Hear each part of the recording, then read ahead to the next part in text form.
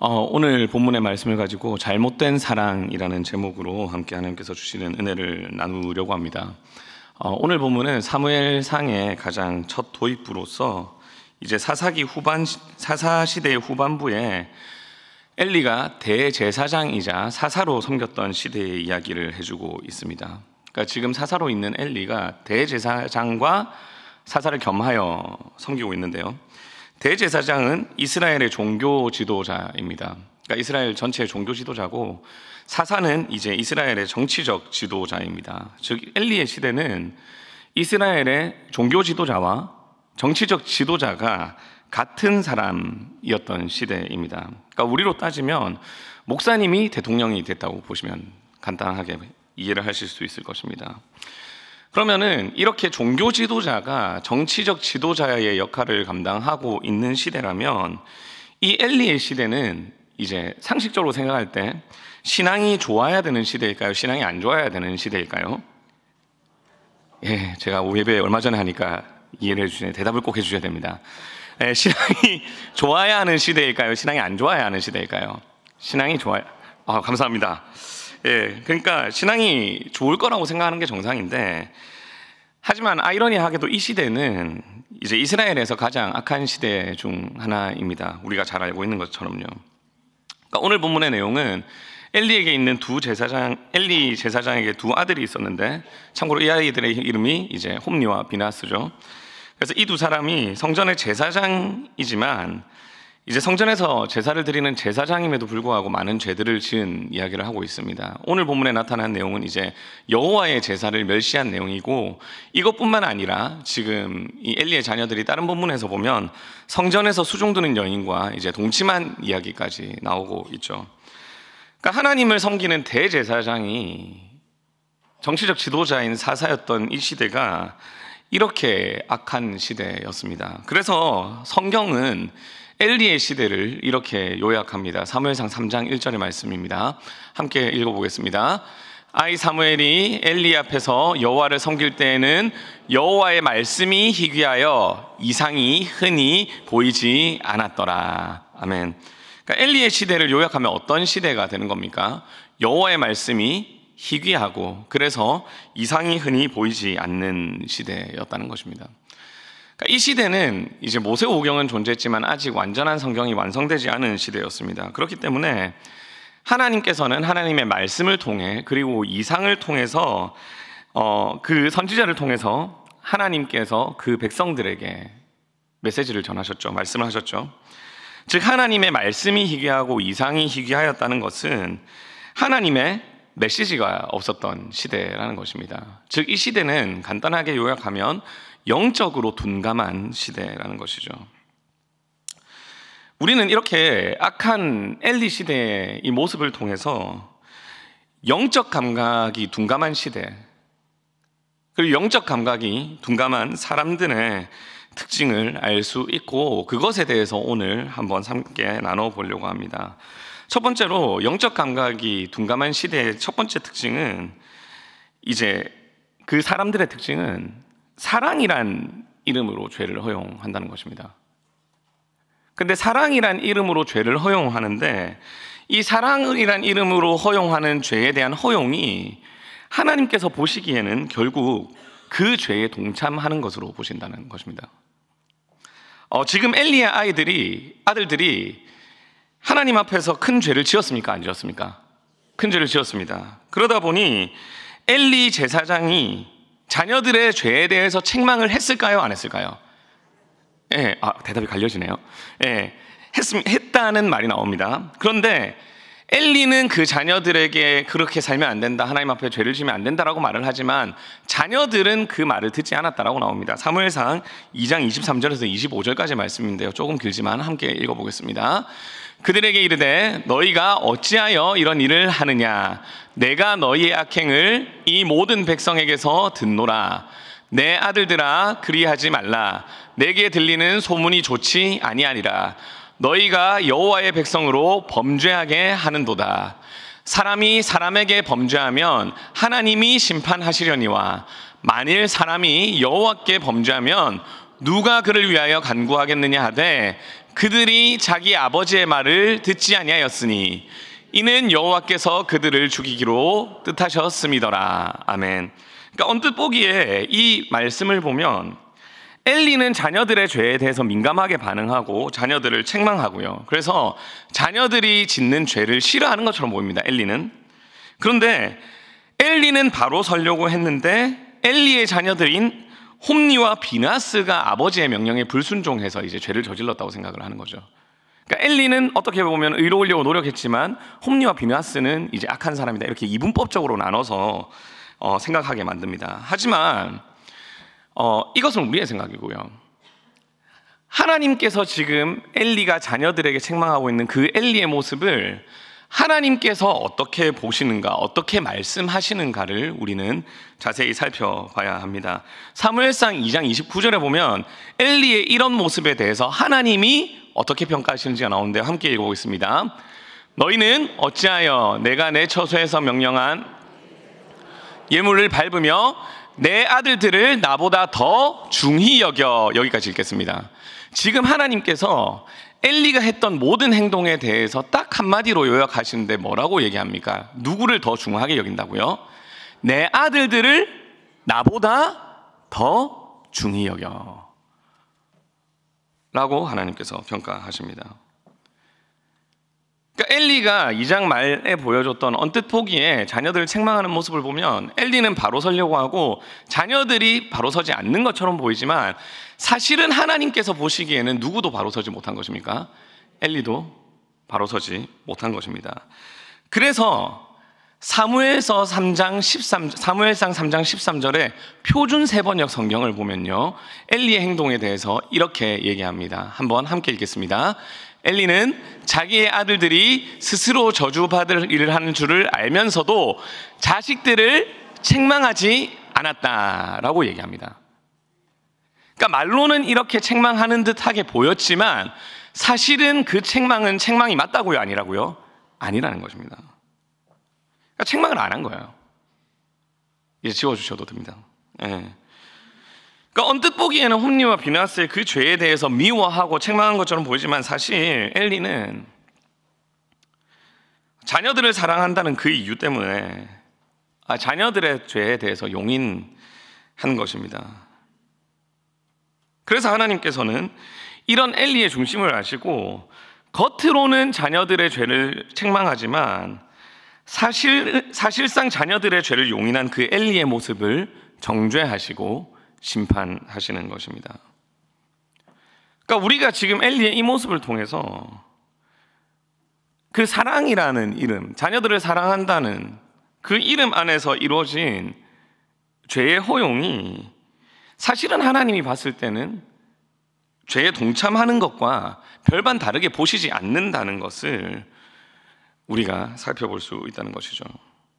따라서 이 시대를 살아가는 우리도 이제 엘리의 이런 모습을 보면서 우리 가운데 사랑이라는 이름으로 아니면 다른 방식으로 허용하고 용납하고 있는 죄의 모습이 있지는 않은지 함께 살펴보아야 한다는 것입니다.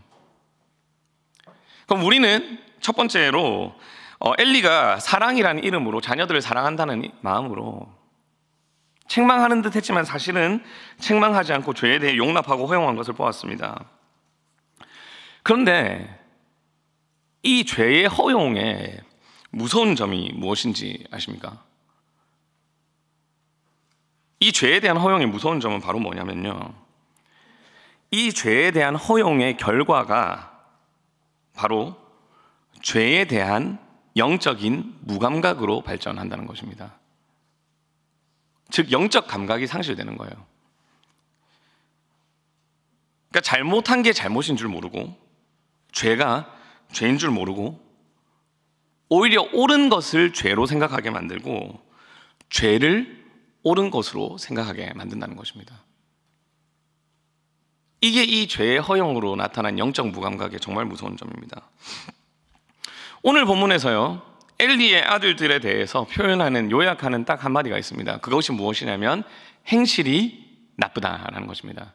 엘리의 아들들을 행실이 나빠라고 표현했는데요, 이 단어의 원어는 베네벨리알이라는 단어입니다. 이 행실이 나빠 할 때 행실이 나빠의 원어가 베네벨리알입니다. 베네는 기억 안 하셔도 되는데 벨리알 이 단어는 꼭 기억하셔야 됩니다. 예, 무슨 단어는 기억해야 된다고요? 벨리알. 이 멸망이라는 뜻인데, 그러니까 우리는 행실이 나쁘다라고 표현했는데 원어 그대로 해석을 하면 엘리의 자식들은 멸망의 자식들이다 라는 뜻이 됩니다. 그러니까 하나님께서는 엘리의 자녀들을 지금 뭐의 자식들로 생각한다고요? 멸망의 자식들로 생각합니다. 근데 지금 엘리는 그렇게 하나님이 보시기에는 행실이 나쁘고 멸망의 자식들로 보이는 그 자녀들에 대해서 엘리는 지금 행실이 나쁘다라고 말합니까? 말하지 않습니까? 말하지 않습니다. 겉으로는 말을 했습니까? 안 했습니까? 했지만 사실은 속으로는 말하지 않은 거예요. 그러니까 그 벨리알한 모습에 대해서 엘리는 자신의 자녀들에 대해서 벨리알하다고 했다고요? 안 했다고요? 안 했던 것입니다. 그런데 이 엘리가요, 이제 사무엘상에서 이 영적 감각이 둔한 엘리가 딱 한 사람에게 행실이 나쁘다라고 한 사람이 있습니다. 그러니까 딱 한 사람에게 너는 벨리알 한 사람이야 라고 한 사람이 딱 한 사람이 있습니다. 엘리가 딱 한 사람한테 벨리알을 하다고 했거든요. 그 사람이 누군지 아십니까? 바로 사무엘의 어머니인 한나입니다.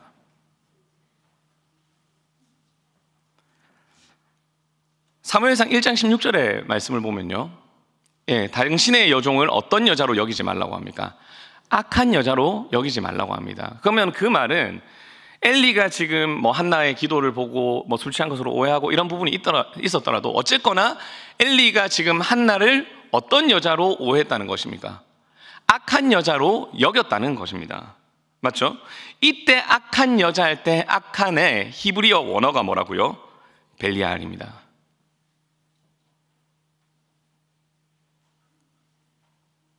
그러니까 엘리는요, 하나님이 나쁘게 보셨던, 하나님이 벨리알하게 보셨던 자신의 자녀들의 나쁜 행실은 죄로 생각하지 않았고요. 이에 비해 한나의 기도하는 모습은 술 취한 것으로 보면서 하나님이 보시기에 바른 믿음을 가졌던 한나를 악한 여자, 벨리알한 여자로 생각했다는 것입니다. 진짜 나쁜 것에 대해서 나쁘다고 말하지 않고 나쁘지 않은 것, 옳은 것에 대해서 나쁘다고 말하는 것이 지금 엘리의 상황이고, 이게 잘못된 사랑이란 이름으로 허용했던 그 허용한 죄의 결과라는 것입니다. 그러니까 죄를 용납해 주는 것의 결과는 바로 무엇이라고요? 영적 둔감이고, 그 결과가 뭐로 나타나는 것입니까? 죄를 계속해서 허용하다 보니 이제 죄는 허용하고 내가 이것이 기준이 되니까 진짜 올바른 것은 뭐가 되는 것입니까? 죄가 되는 것입니다. 그러니까 이게 바로 영적 둔감의 무서움이라는 것이죠. 근데 참 안타깝게도 우리가 살아가는 이 시대 가운데 이런 모습이 너무 많습니다. 그러니까 사랑이란 이름으로 우리 가운데 허용된 죄의 모습이 얼마나 많습니까? 제일 대표적인 게 동성애겠죠. 그러니까 사랑이란 이름으로, 인권이란 이름으로 허용하고 마음껏 세상의 문화를 즐기게 합니다. 니는 그래, 네 인권을 존중해주고 네 상황을 존중해줘야지. 우리는 각자 성향이 다르니까 존중해줍니다. 겉으로 보기에는 얼마나 아름다운 모습입니까? 근데 그 결과가 무엇입니까? 지금 어떻게 됐습니까? 죄를 죄라고 말하지 못합니다. 명백한 죄인 동성애를 옹호하는 게 교양 있는 사람이고요, 인권을 존중하는 사람이고요, 옳은 사람이고, 동성애를 죄라고 하면 어떤 사람이 됩니까? 인권을 억압하는 것으로, 교양 없고 시대에 뒤처지는 사람으로 오해받는 이상한 세상이 되어버렸습니다.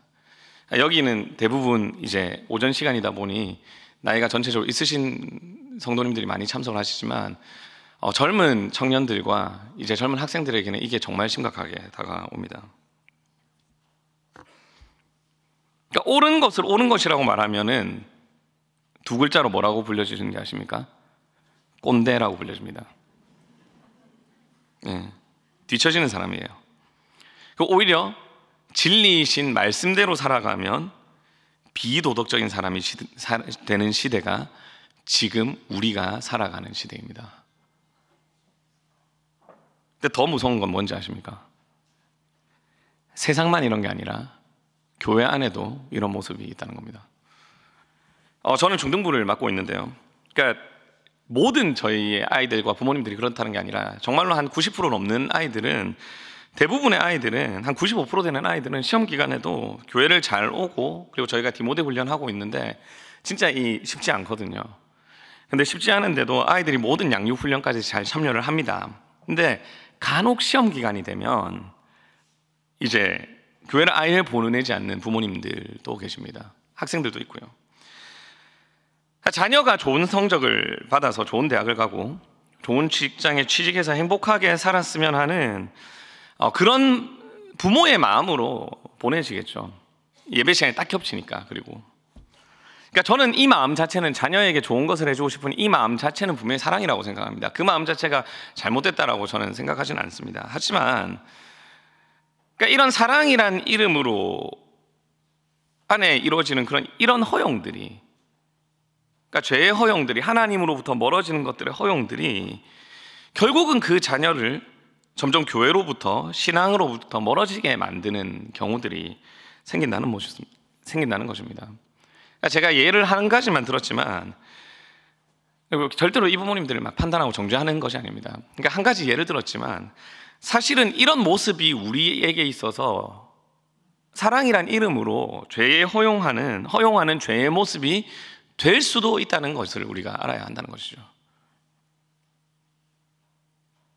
그러니까 나는 안 그러는데, 이렇게 생각하는 것이 아니라 나에게 엘리의 모습이 있지는 않은지 살펴봐야 한다는 것입니다.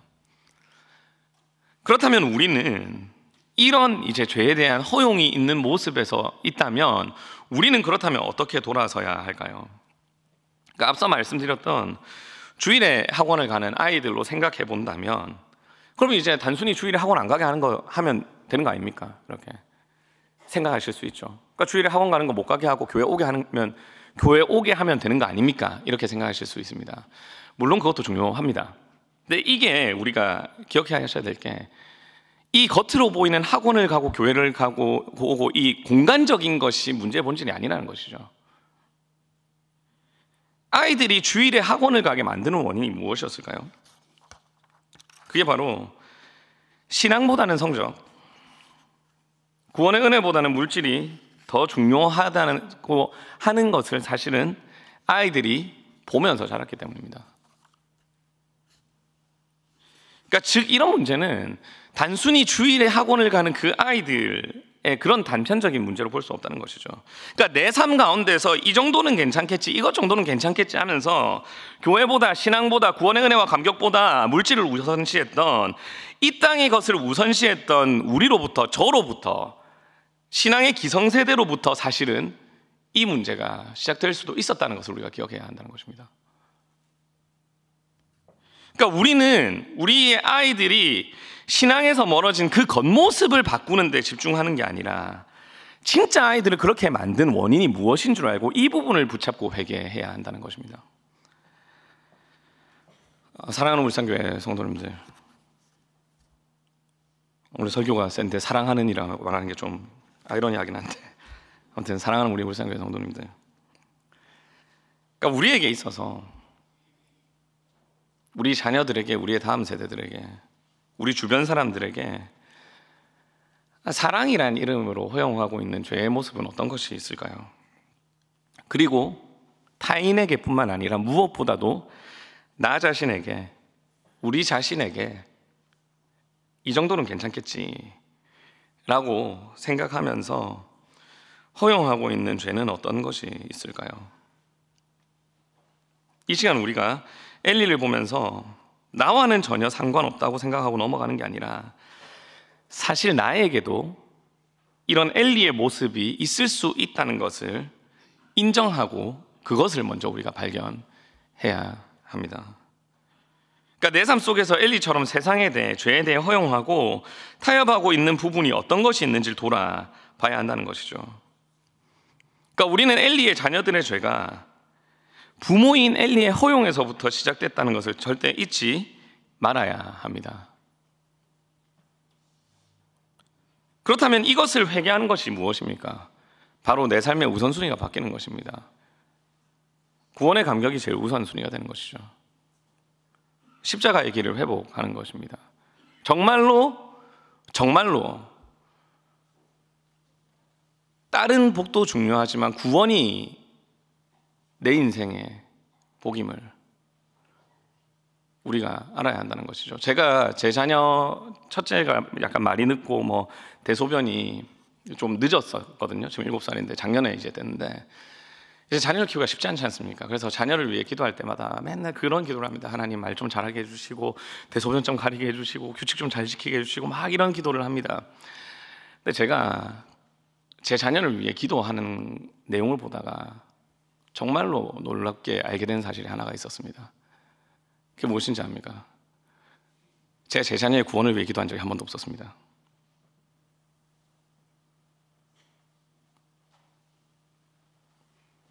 그러니까 우리가 구원을 진짜 복이라고 머리로는 생각하지만, 알지만 현실의 어려움이 너무 버겁다 보니까 사실은 그게 진짜 복처럼 안 느껴지는 거예요. 지금 내 눈앞에 진짜 죄로 말미암아 구원받은 이 사실 진짜 구원이 아니라, 내 눈앞에 있는 문제가 해결되는 걸 우리도 모르게 구원이라고 생각하는 모습들이 있을 수 있다는 것입니다. 따라서 우리는 이 구원의 길, 십자가의 길, 십자가의 감격, 이 구원의 감격을 다시 회복함으로 말미암아 그리스도의 길, 십자가의 길, 그 좁은 길과 고난의 길을 걸어가야 하는 것이 이 시대 가운데 우리가 엘리가 아닌 하나님 앞에서 바로 선 사무엘로 살아가는 모습이 될 줄 믿습니다. 그렇다면 우리는 이 그리스도의 길, 십자가의 길, 고난의 길을 어떻게 걸어가야 할까요? 우리는 그리스도의 길을, 십자가의 길을 좁은 길, 고난의 길이라고 합니다. 그래서 좁은 길, 고난의 길이라고 하면 그 말을 들으면 우리는 어떤 생각을 합니까? 그러니까 특히 고난의 길을 걸어간 제일 대표적인 성경 인물이 누가 있습니까? 바울이 있죠. 그러니까 우리는 바울처럼 막 괴롭힘 당하고 채찍 맞고 선교 가야 될 것 같고 이런 식으로 우리는 생각을 합니다. 근데 우리가 살아가는 시대 때는 안타깝게도 이런 고난이 없습니다. 예수님 믿는다고 채찍 맞는 사람 보셨습니까 혹시?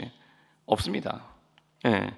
그렇다면 우리가 살아가는 이 시대에 우리가 복음으로 인해 당하는 고난은 무엇일까요?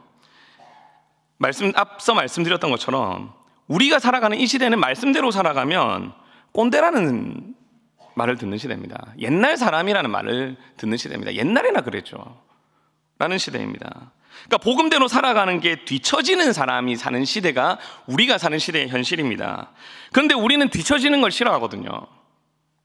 우리는 앞서 나가고 싶지 뒤에 있는 걸 싫어하거든요. 그러니까 적당히 타협하면 우리가 살아가는 게 너무 많다는 것이죠.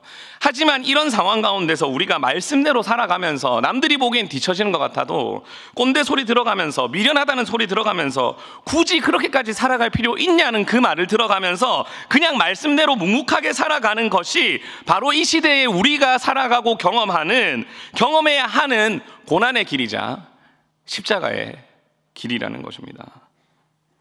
말씀대로 살아가면 진짜 죄송한데요, 말씀대로 살아가면 뒤처지는 사람이 될 수밖에 없습니다. 그래서 사도 바울은 고린도전서 1장 18절에 이렇게 얘기합니다. 함께 읽습니다. 십자가의 도가 멸망하는 자들에게는 미련한 것이요 구원을 받는 우리에게는 하나님의 능력이라. 아멘. 십자가의 도가 멸망하는 자들에게는 어떤 거라고요? 미련한 겁니다, 여러분. 우리가 믿는 복음이라는 게 세상을 화려하게 살아가게 하는 방법이 아니라는 겁니다. 오히려 이대로 살아가면 멸망하는 자들에게는, 세상 사람들에게는 미련해 보이는 길을 우리는 걸어갈 수밖에 없습니다. 그러니까 이게 이 시대를 살아가는 우리가 걸어가야 할 그리스도의 길, 십자가의 길이라는 것입니다. 그러니까 우리는 좁은 길이라고 하면, 고난의 길이라고 하면 억지로 좁은 길을 막 찾아가려는 성향이 있거든요. 좁은 데 없나? 이러면서. 근데 그게 아니라는 거예요. 말씀대로 살아가는 길은 자연스럽게 좁은 길로 되게 돼 있습니다. 좁은 길이 그리스도인의 길이 아니라 그리스도인의 길은 자연스럽게 좁은 길이 되게 되어 있다는 것입니다. 하지만 우리가 이 가운데 기억해야 할 것은 무엇입니까? 아까 십자가의 도가 멸망한 자들에게는 뭐라고요? 미련한 것입니다. 하지만 그 결론이 어떻게 되는지 아십니까? 고린도전서 1장 27절의 말씀입니다. 함께 있습니다.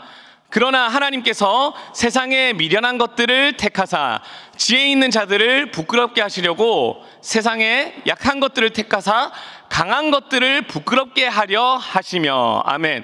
세상의 미련한 것들을 택해서 누구를 부끄럽게 한다고요? 지혜로운 자들을 부끄럽게 하시는 게 하나님의 말씀의 능력입니다. 그러니까 미련해 보이는 이 십자가의 도가, 십자가의 길이, 이 말씀이 세상의 지혜를 패할 것입니다. 왜 그렇습니까? 우리가 믿는 십자가의 도가, 우리가 믿는 예수 그리스도의 복음이 바로 진리이기 때문입니다. 우리는 우리의 참된 빛인, 참된 진리인 이 복음의 진리를 믿으며 잘못된 것을 옳다고 하고 옳은 것을 잘못되었다라고 하는 이 영적 혼란의 시대를 살아가야 하는 것입니다. 옳은 것처럼 보이더라도 죄는 반드시 죄입니다. 하나님께서 살아계시다면 이 잘못된 것을 반드시 붙잡을 것입니다. 어둠이 기준이 되어 있는 이 시대 속에서 빛이 어리석어 보이지만 결국 빛이 어둠을 이깁니다.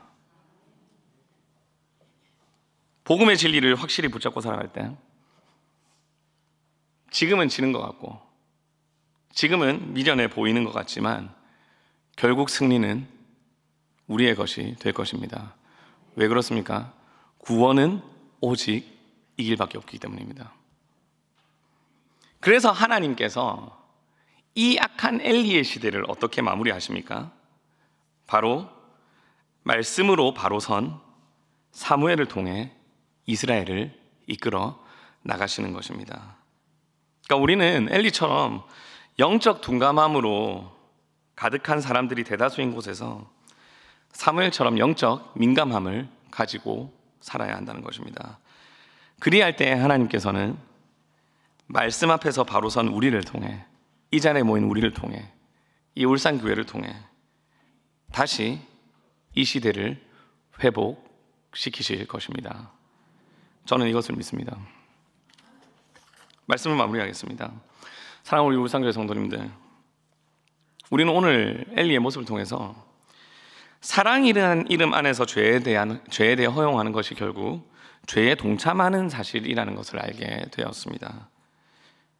그리고 사랑이라는 이름으로 죄에 대해 용납하고 허용한 이 결과가 죄에 대한 무감각으로 발전되는 것을 우리가 살펴보았습니다. 즉, 잘못된 게 잘못인 줄 모르고 죄가 죄인 줄 모르고 옳은 것을 죄로, 죄는 옳은 것으로 생각하게 한다는 것이죠. 주객이 전도되는 것입니다. 그런데 우리가 살아가는 게 바로 이런 시대입니다.